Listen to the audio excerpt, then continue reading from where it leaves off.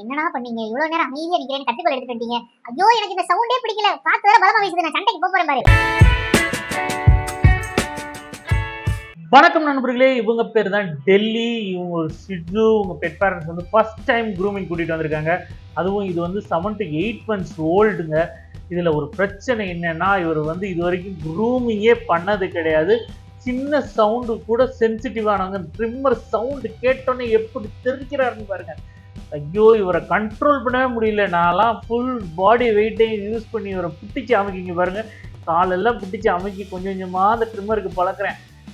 அப்போ கூட ஒரு ஒரு நிதானம்ங்கிறது அவர்கிட்ட சுத்தமாக இல்லை. எப்படா விடுவாங்க, எப்படா அந்த ட்ரிம்மர் சவுண்ட்லேருந்து எஸ்கேப் ஆகலாம் அப்படின்னே நினச்சிக்கிட்டு இருந்தாங்க. ஸோ இது வந்து என்ன ஒரு பிரச்சனைன்னா, சின்ன சின்ன சவுண்டு கூட உங்கள் ஷிட்ஸூஸ் பயப்படுறத வந்து இது வந்து உறுதி செய்யும். இப்படிலாம் ஷிட்ஸூஸ் வளர்க்குறீங்க அப்படின்னா ரொம்ப ரிஸ்கி. ஏன்னா வந்து அவங்க ரொம்ப நர்வஸ் ஆவாங்க. அதனால வந்து அவங்க பிபி அதிகரிக்கும். ஸோ என்றைக்குமே வந்து பார்த்தீங்கன்னா, நீங்கள் வந்து சின்ன சின்ன சவுண்ட்ஸ் கூட உங்கள் ஷிட்ஸுவை பழக்கணும். வீட்டில் ஒரு மிக்சி ஓடலாம், இல்லை சவுண்டாக ஏதாவது ஒரு எக்ஸாஸ்ட் ஃபேன் ஓடலாம்.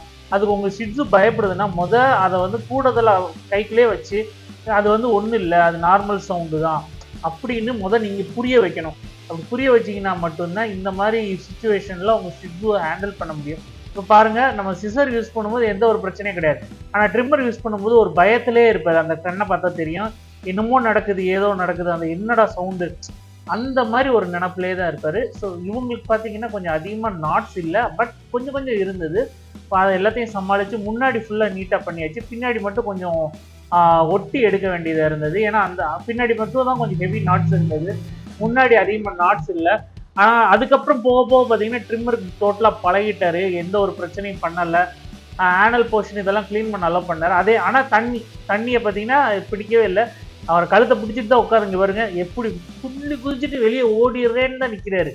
அவரை பிடிச்சி வைக்கிறதுக்கே எனக்கு ஒரு பெரிய கஷ்டம். ஏன்னா இது போடலை, கழுத்தில் வந்து இது போடலை. அதுக்கு ரீசன் என்னன்னா, இவர் வந்து அவ்வளோ ஃபோர்ஸு விட்டா சாதாரண குதிச்சிடுவார். அப்படி குதிக்கும் போது கழுத்து இழுத்துரும்.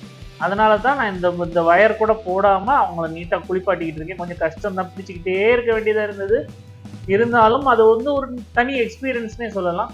அண்ட் ஃபைனலாக நல்லா துவட்ட ஆரம்பிச்சிச்சு. துவட்டும் போது எந்த பிரச்சனையும் இல்லை. அண்ட் ப்ளோ ட்ரையர் வந்தோடனே அந்த சவுண்டுக்கு எப்படி இந்த சண்டைக்கு வராரு ப்ளோ ட்ரையர் கூட எல்லாம் முடிச்சு ஃபைனலாக அவரை ஒரு 360 வீடியோ எடுத்தேன். கொஞ்சம் ஆங்கிள் மாறிடுச்சு, சாரி.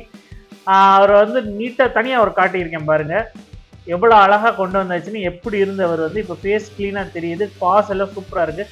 இந்த வீடியோ உங்களுக்கு பிடிச்சிருந்தா லைக், ஷேர் அண்ட் சப்ஸ்கிரைப். நம்ம அடுத்த வீடியோவில் பார்ப்போம். பாய்.